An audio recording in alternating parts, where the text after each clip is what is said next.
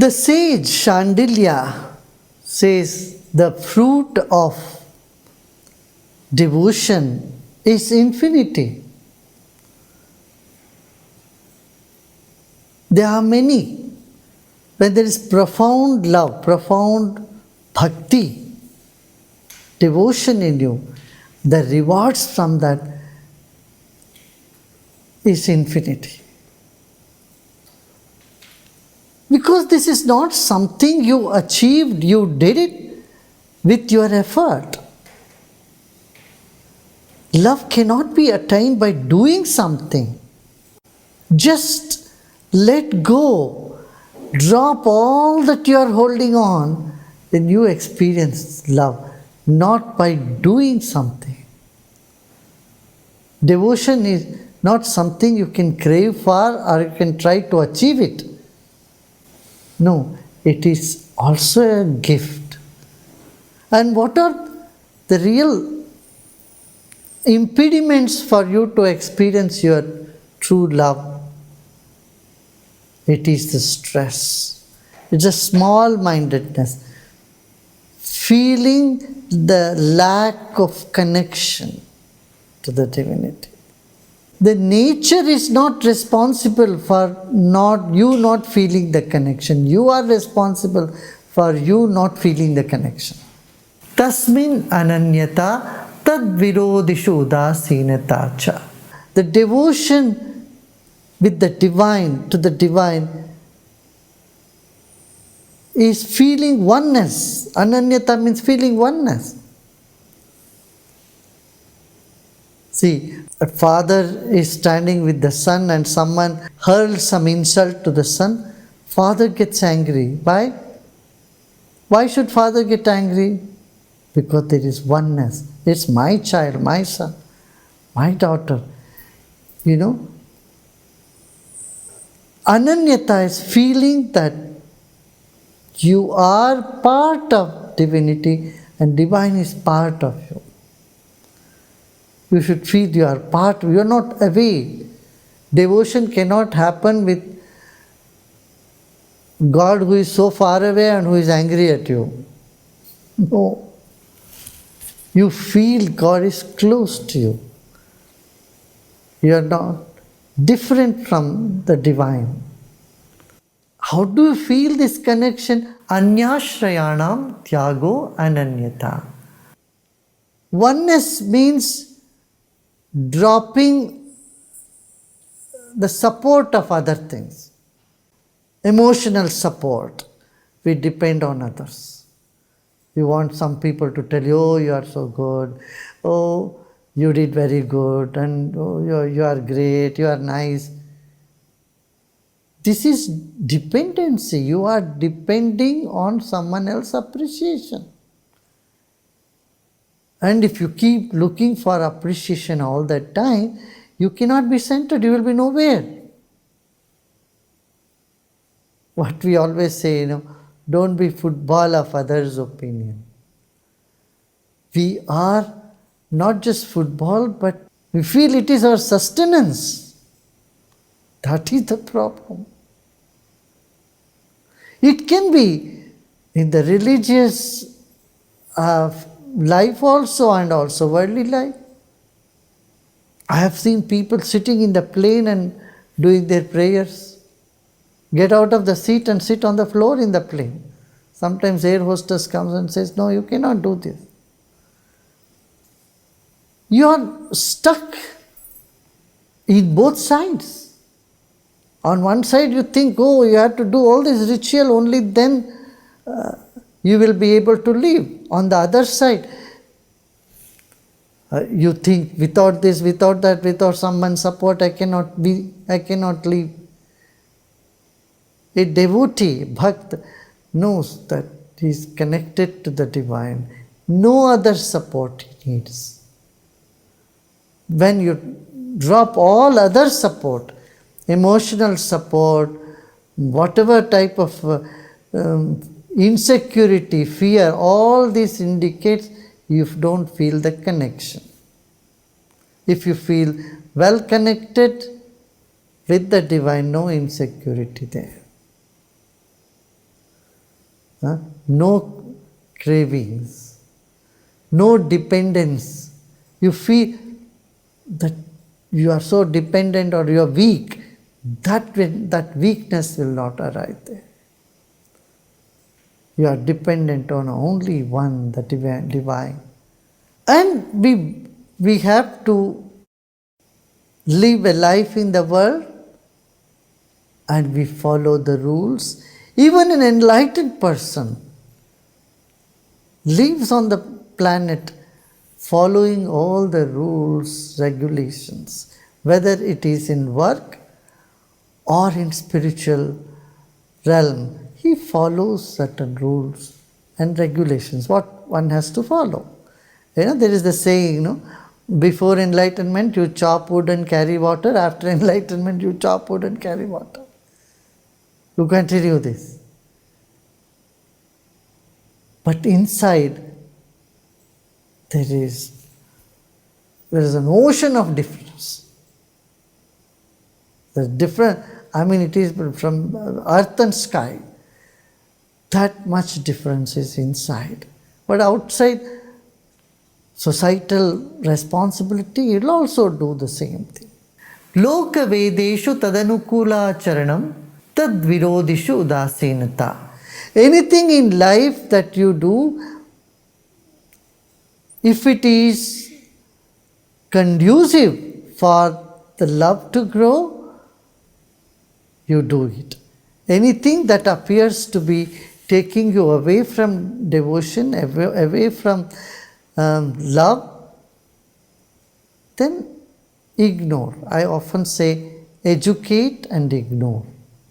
It's the company we keep makes a lot of difference. A company can pull you down, totally fill you with negativity. A company can help you to get over your negativity too. Bhavatu nischaya dhadyar durdvam shastra rakshana. Narada Maharshi says, no doubt, an enlightened being is beyond rules and regulations. He doesn't need anything. But still he follows the rules. He follows the script so that the scriptures, the laws can be protected. So he continues to follow it. Why? If they don't follow, so what happens? It says there is a possibility of falling. You see many people, they start very well and then they fall. The fall is because they do not adhere to the principle even after enlightenment. That possibility is there, to check the possibility. Though you are above all conditions, still you follow certain rules, regulations. You still follow them. See, for example, I don't need to do any puja, nothing, no worship, no practice, nothing. I don't need to sit even meditate. But still I do. Because you have to show by example. You have to lead by example. So even if you think you don't need to do meditation, because you have attained, there is nothing to attain. But still you do continue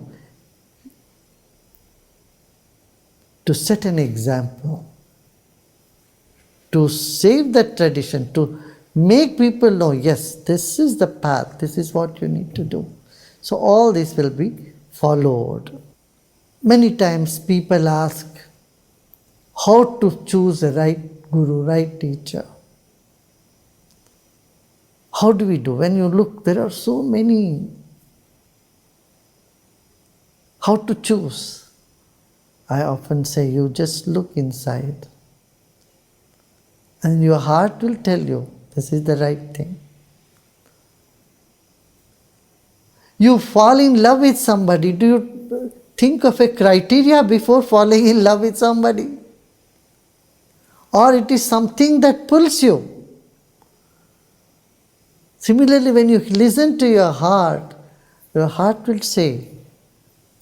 If your head is just thinking about some charm, I need to take more techniques, or maybe I need to do something manifest, and things like that, then you are not listening to yourself.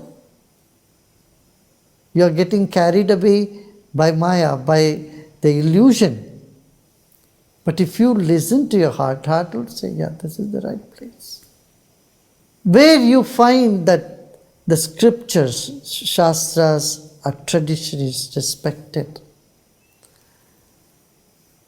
And one has to be above the tradition in order to be enlightened, but yet one has to respect the tradition. Both has to be there.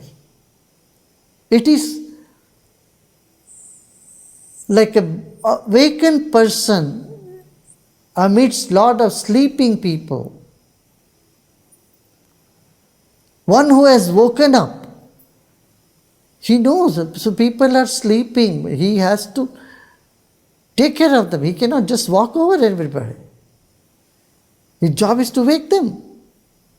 We seldom look within and find that center, that calmness, this where your mind is absolutely still, where you can see your face. When the water is ruffled, it doesn't reflect any image. Love is the result of knowledge, of wisdom, of action, of everything. But yet, love cannot be achieved through either knowledge or action. It is a catch-22 situation. It's a catch-22. On one hand, you say you cannot do something to experience love, and it is not subject of knowledge also. See, a baby looks at the eyes of the mother and she feels, the mother feels the love of the baby, and baby feels the mother's love. The baby doesn't make the mother object of knowing. It's not interested to find out who mother is, which school she went, where did she go, and all that stuff. Right? A dog expresses love to you, and it doesn't know what you do, what's your profession, what you're doing. It doesn't want your CV in order to love you. It doesn't say, show me your CV, then I love you. Love is spontaneous. An enlightened person who lives in unconditional love still follows all the norms in the society. Though he is above the norms, he follows the norms. And he lives like anybody else with all the complexity in the world. He doesn't run away from it because he knows this complex world is nothing but a game of the divine. Our body is the temple where the soul can realize this fact that there is love everywhere and I am love. It's this human body is so precious because in the human body this realization is possible.